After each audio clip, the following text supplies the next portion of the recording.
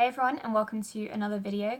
I really enjoyed the last sit down video that I did that wasn't a reading vlog, and that was my Do Is 24-Hour Readathon TBR, so I thought I would do a wrap up this month. Usually I try to incorporate my reading wrap ups in my weekly vlogs, but I just felt like doing a sit down video this time, so that is what I'm doing. First of all, I guess I'm going to start with my statistics because I've got a lot of them. I'm not sure which ones you guys are interested in, so I'm just going to list everything and then you can maybe tell me what you do and don't like or aren't interested in. In the month of April, I read 14 books. In total, I read 4,306 pages, and in total, I listened to a massive 1,813 minutes, which is about 30 hours as audiobooks, which is my highest audiobook reading month, but not my highest page count. Of these, 3 of them were audiobooks, 10 were ebooks, and 1 was a paperback, so I've only got 1 physical book to show you this month, unfortunately. I DNF'd 2 books, and I rated 1 book 2 stars, 8 books 3 stars, and 5 books 4 stars. So it wasn't a bad reading month. It was very middle of the road to slightly better than middle of the road. I didn't encounter any amazing books, but there were some that I very, very much enjoyed. I read 5 review copies, 3 new releases, and 6 backlist books, which is decent. I've been trying to get through my backlog of books on my TBR, and I think I've done a pretty decent job of it so far this year, so I'd be interested to see at the end of the year how many I've gotten through. I read 6 adult books, 7 YA books, and 1 middle grade book, so it was all fairly balanced, which is also something that I'm striving for. Back in the day when I first started this channel when I was 17, I mostly read YA with maybe like 1 or 2 adult books thrown in every other month or so. But over the years I've started reading more and more adult books. While I still read a ton of YA, I've gotten more into adult thrillers, and I've also been making more of an effort to read my literary fiction and more adult books that I acquired earlier on that I didn't actually read, because I had this habit of buying tons and tons of books from a mixture of genres but not actually reading anything other than YA. And as for the genres that these books fell into, I'm going to have to look at my sheet for this because I can't memorise it. So I read 2 sci-fi books, 3 contemporary books, 2 fantasy, 1 non-fiction, 5 thrillers, and 1 horror. So again, a good mixture, I think. I'm surprised I read so many thrillers, actually. I didn't realise what I was doing there. Anyway, those are the statistics over and done with. Again, let me know which ones you like to hear about, if you'd like me to add any more, take any away. I like splitting it up each month because I like knowing how my reading tastes are changing and whether or not they vary depending on the seasons or what's going on in my life. Now I will talk about the books. The first book I read is Ready Player One, which I gave 3 stars. It wasn't an amazing book by any means. I think it's overhyped, but it is very, very enjoyable. I can see why a lot of old school gamers love it because all of the references are great, and I think newer gamers would also really enjoy it as well, just for the references. I didn't like the love story. I thought it was overdone, insta-love, and ridiculous. The main character kind of goes through, he starts off overweight and nerdy and unattractive and very, very awkward, but then in the middle of the book he goes through this like body change, life change sort of thing, and then all of a sudden he's very attractive and the love interest is interested this time, whereas when he told her he loved her before because of the insta-love, she wasn't really interested. So I enjoyed it. I enjoyed watching the movie, but neither of them really stuck with me. Then I read Time Bomb, which is a new release. It's told from several different points of view, and the plot is the bombs start going off in the school and the characters are stuck there together and they have to try to find ways to help each other and get out of the school before the final bomb goes off. I gave this one 3 stars. I did enjoy it, but again, it was nothing amazing. It was kind of going with this whole trend of school shootings books and bombings books, which kind of comment on the current political situation in the US right now. I've read a couple of books that have done it better. For example, This Is Where It Ends had a better cast of characters, and I think it was more well written, but I did enjoy Time Bomb, so it was good. I then read People Like Us, which is a YA thriller and again a new release.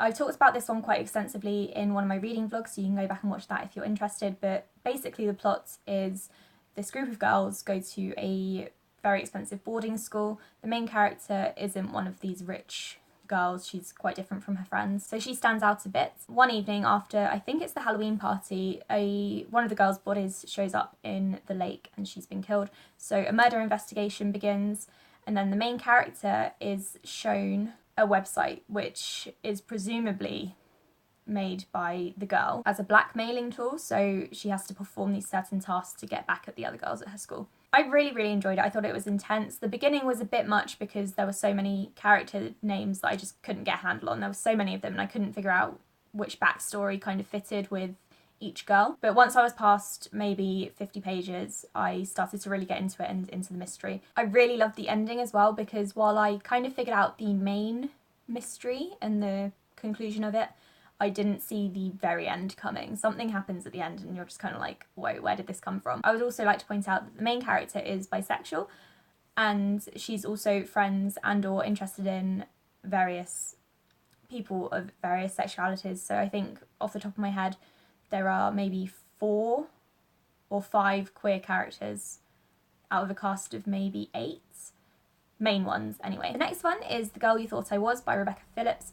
This is an incredible book. It's about a girl whose parents have gotten divorced and she's really struggling with it because her sister has now gone off to college and she's left her alone with her dad. And her dad is a lovely person, but the main character is obviously struggling because her entire life has been thrown like upside down. She starts shoplifting as a way to cope and regain control of her life, and she is caught, so she has to do community service. I read one of Rebecca Phillips's other books last year and I thought it was fantastic as well, so I wanted to pick this one up as soon as I could, so I requested a review copy and it did not disappoint. I'm telling you, Rebecca Phillips is a very, very good writer. Her stories captivate you and she's brilliant at writing characters, and the emotional connection you feel with her characters is always on point. So I would highly recommend this. I gave it 4 stars. I listened to the Radium Girls at the beginning of the month and I gave that 4 stars as well. It is very, very good. This is my non-fiction book of the month. It basically tells the story of the girls who were working in the factories in America who had contact with radium, and they were told by their employer that it was safe and if anything it had very good health benefits, but obviously that's not the case. It started to harm them. People's teeth started falling out, their hips and bones just started to kind of disintegrate, I guess, and it also goes into the court case and what happened to the girls afterwards, and it's very, very interesting. The audiobook is narrated by the author, which is always good, and yeah, I really enjoyed it. I was captivated by the entire thing. I then read The Queen's Rising, which is a YA fantasy. I gave this 3 stars. It was okay. I think it would have been better as a standalone, which is what I thought it was when I was reading it, but it turns out it's actually the first in the series. I think the entire thing kind of wrapped up really well as it was, and it doesn't need a sequel. It's about a girl who has a passion, which means she kind of goes into that field. So she goes to a school and starts to become a passion for knowledge, or enhance her passion for knowledge, not really sure what the wording should be. And then she gets a patron, and it turns out this patron has a connection to the girl's father's country. The girl doesn't know who her father is at the beginning of the book, but she knows which country he comes from. She then gets involved, obviously, with the politics and stuff going on with that. The beginning is a tiny bit slow because it's a long book, but I did still enjoy it. Like I said, I'm not really thrilled that it's the first in the series, and I would be quite happy to kind of stop here, so I might not read the sequel. I didn't like the romance either, because there was a kind of awkward student-teacher thing going on, and you could tell where it was going when she was still the student, so yeah, I didn't like that. That kind of rubbed me the wrong way. I then read Heretics Anonymous, which is a YA contemporary that's coming out in August. I think I gave this one 3.5 stars. It's about a guy who is an atheist and his parents send him to Catholic school, and his dad keeps moving them around the country from job as he progresses in his job, as he tries to provide for his family, and the main character isn't okay with that because he has to move so many times. But he joins this school and he becomes friends with this group who kind of disagree with the way that the Catholic school runs things and with the way that they're taught, and also with parts of the religion. There's quite a diverse cast of characters. There's a Korean teenager who I think might have autism, but please don't quote me on that because I don't know if it's ever said in the book. I can't remember. There's a Jewish guy who is also gay. There's a Catholic girl who obviously becomes the love interest, and a couple of other minor characters as well who are also fairly diverse, so that was good. I listened to How to Train Your Dragon as an audiobook. I gave this 2 stars. I pretty much hated it. I would probably give it 1 star if it weren't for the fact that David Tennant narrates the audiobook, and he did a fantastic job. He obviously uses his Scottish accent, and he does a really good job of doing all the voices for different characters and even sound effects, and I think young children, or children in general, would really enjoy this book because it's entertaining for kids, I guess. It's nothing like the films, and that's what I was really disappointed by.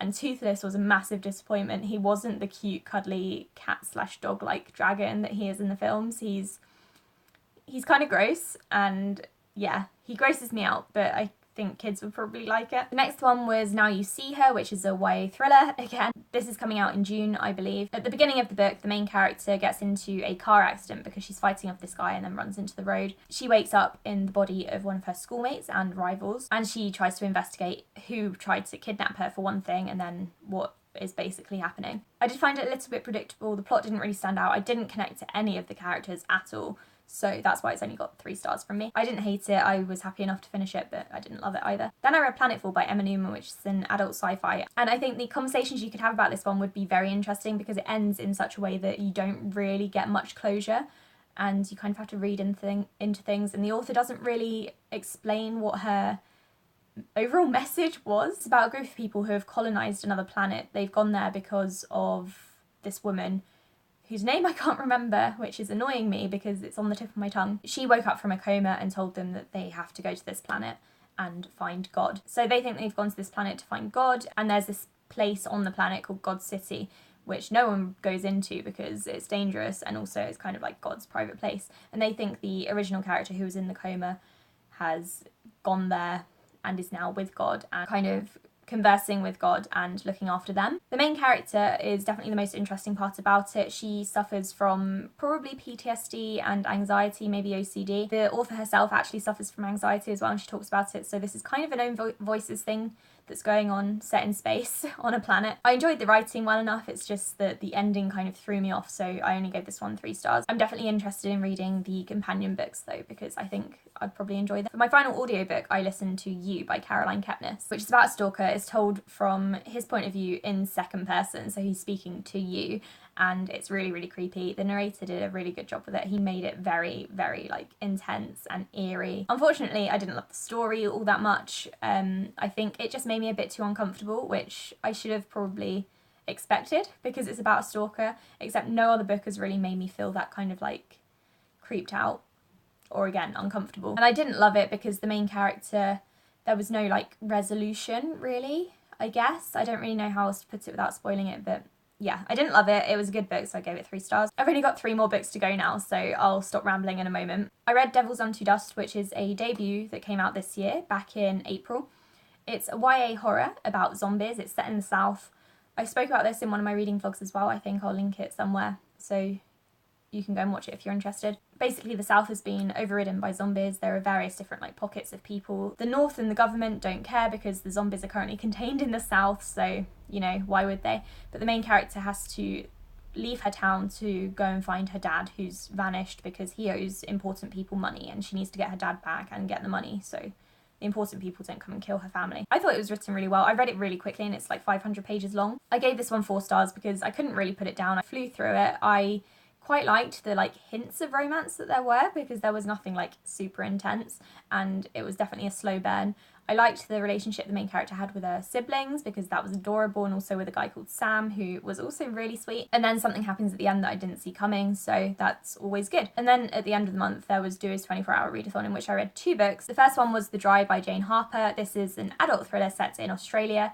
A police officer goes back to his old town because one of his childhood friends has died. Not only has he died, but it's said that he killed his wife, his son, and then himself. But his parents aren't sure if that happened. They want the policeman / detective to kind of figure out once and for all whether or not their son did. I think they're kind of prepared for him to have done it, but they want to know for sure. And as the detective starts looking into it more and more, it's obvious that something dodgy went on, whether or not the guy did kill his family or not, but something more is happening here. I gave this one 4 stars. I really, really enjoyed it. I flew through it, obviously because it was for the 24-hour readathon. I think it's 400 pages and I read it in about 5 hours with a couple of breaks. I liked it so much, in fact, that I decided to pick up Jane Harper's second book in the series, which is called Force of Nature. Force of Nature came out this year. The same detective from The Dry is in Force of Nature, and this time he's investigating a group of women who did like a company work colleague like get to know you thing. I can't remember the word for it.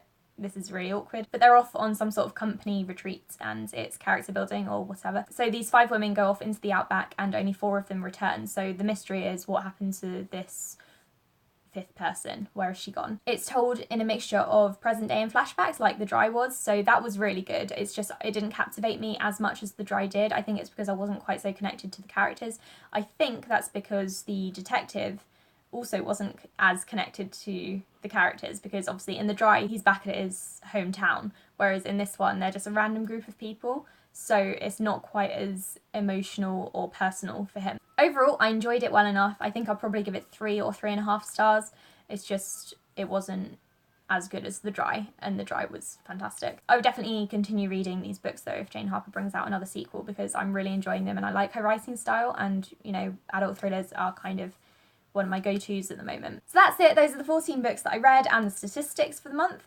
I don't think I'll be doing a TBR separately, but let me know if you'd be interested, because I can do one if you want. It's just I won't be doing it until probably the 8th of May. I would be a bit late, but it's because I'm going to Edinburgh and I'm going to have a really good time. I'm not going to record anything and just, I'm going to relax. Thank you so much for watching. This is a really long video. I'm not used to doing this. Let me know if you've got any tips or preferences, or if you've got any ideas that for what I could include in maybe my statistics or just in these wrap-ups in general. I really enjoyed recording this, so I'm probably going to do one next month as well. Thanks again for watching, and I'll speak to you all in another video. Bye!